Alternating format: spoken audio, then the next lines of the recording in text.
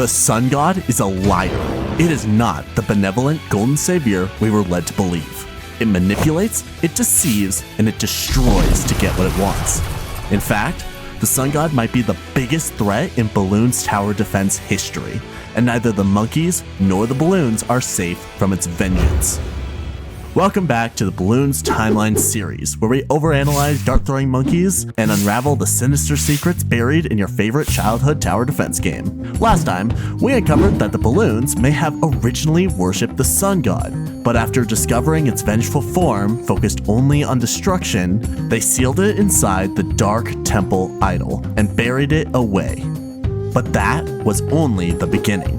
With no followers and no form, the sun god faded into obscurity until a new species stumbled across the ruins. The monkeys. More specifically, the super monkey discovered the ancient temples found in the background of Bloons super monkey. This super monkey became the first to channel the sun god's power, transforming it into a sun avatar. This introduced the sun god to monkey kind, who are already at war with the balloons, as a god of justice, peace, and divinity.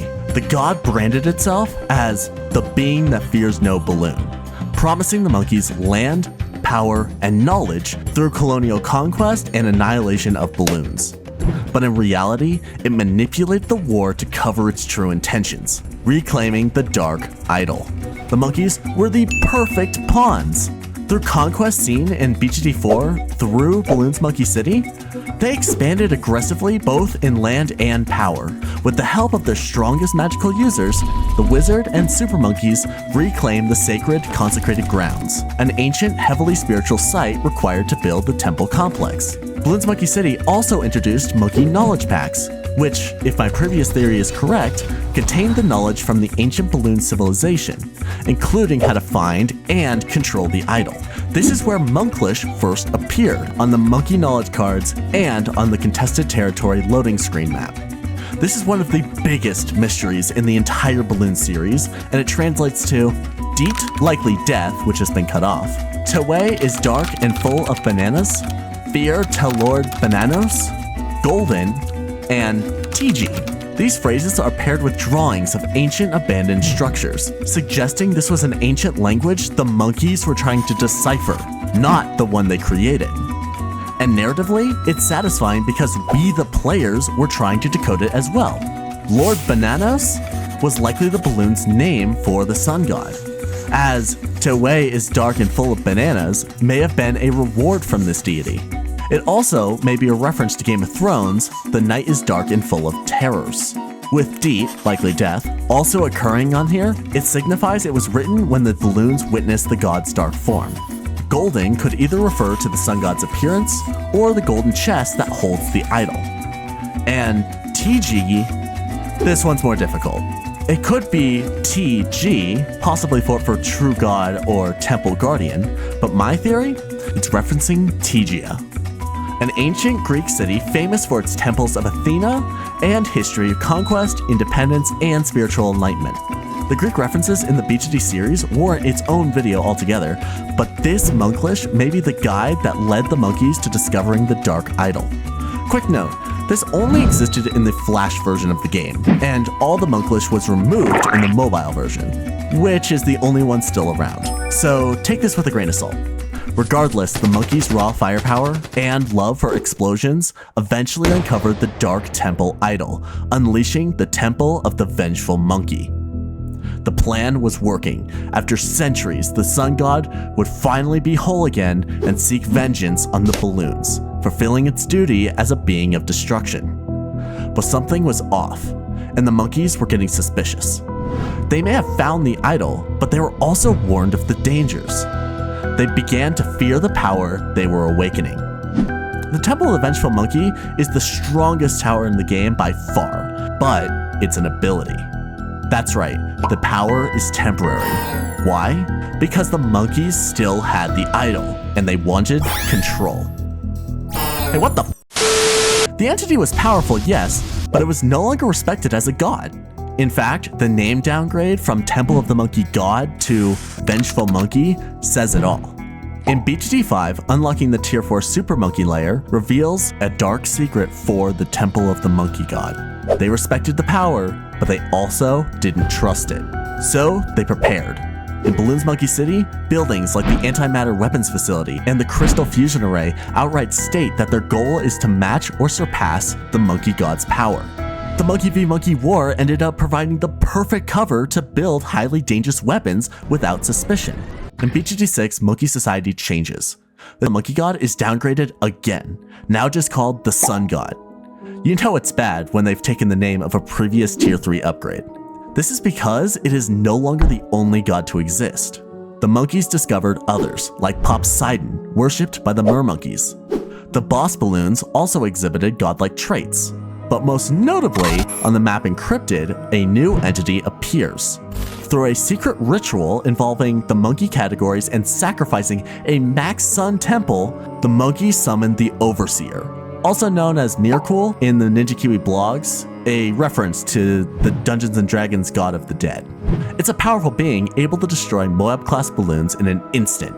Interestingly, carved into its back is Monklish, which translates to, "Now you see." Ironic, because you can only see the message when you use FreeCam mods. But we'll come back to this later. Despite all the new gods appearing and witnessing the vengeful monkey, the monkeys still worship the sun god. Voice lines from heroes like Captain Churchill praise it. The sun god fights on the side with the best artillery. And Adora? She's completely devoted. Why? Well, there are a few reasons. First, most of Monkey Society may not even know about the vengeful monkey. Balloon battles aren't very public to monkey civilization. For example, the super monkeys are regarded as celebrities, yet they are not uncommon to see in balloon battles. So telling all of monkey civilization that their god is false would incite an uncontrollable panic. Plus, the sun god has delivered on its promises. Land, power, knowledge, and it also still fights against the balloons. So there's no reason not to trust it. And finally, the monkeys still hold the idol, so they still are in control. And without a weapon of equal power to defend themselves, the Alliance stands, keeping up a facade of devotion. But it's really built on fear and control. The Monkey Intelligence Bureau is definitely capable of this manipulation, considering it is no stranger to rewriting history. We've seen them obscure the origins of the Monkey Bloon War, deny the existence of the Monkey v Monkey conflict, and even silence monkeys who investigate too deeply as seen in the blog posts. I'll go deeper into that in another video. But here's where it gets cultish. The sun god, ignorant of the monkey's illusion, chooses Adora, its new high priestess, as its best chance to regain influence over the idol, having her become the monkey's religious leader.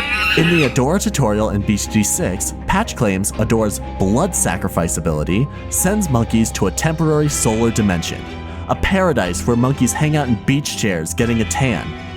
A claim she made only after the village started to panic, insisting it was just a spooky name to scare balloons.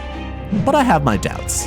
Ignoring the idea that this is just a completely unbelievable story, even for an E-rated game, it does match up for the stories told in real-world cults, just to justify morally questionable acts. While we don't know for certain if sacrifices are permanent or not, we never witness any monkeys return from a sacrifice in-game, so the only evidence we have is her authority.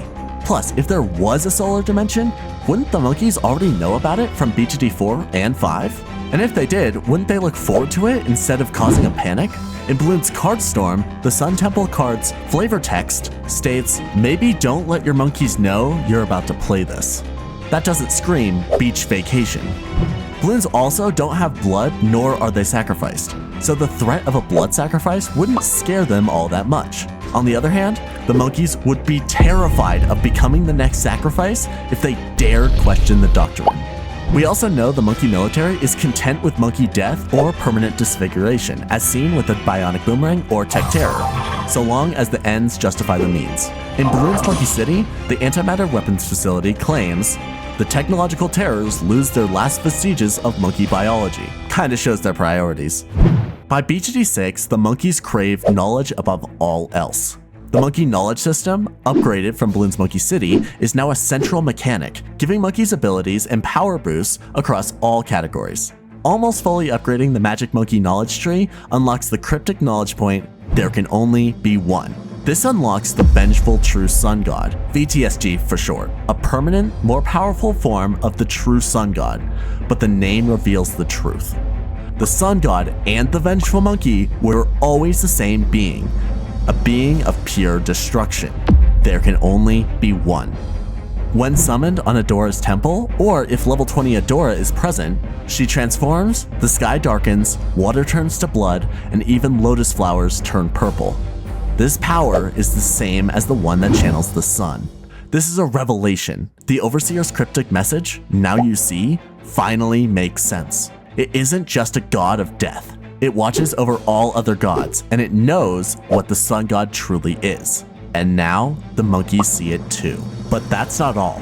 The VTSG's design, despite being an S-tier aura farmer, is more metallic than in BTD5. It looks more technological and magical, harnessing a crystal similar to the Druid of Wrath. To summon the VTSG, you must have the Anti-Balloon and Legend of the Night present, but outside of the sacrifice range.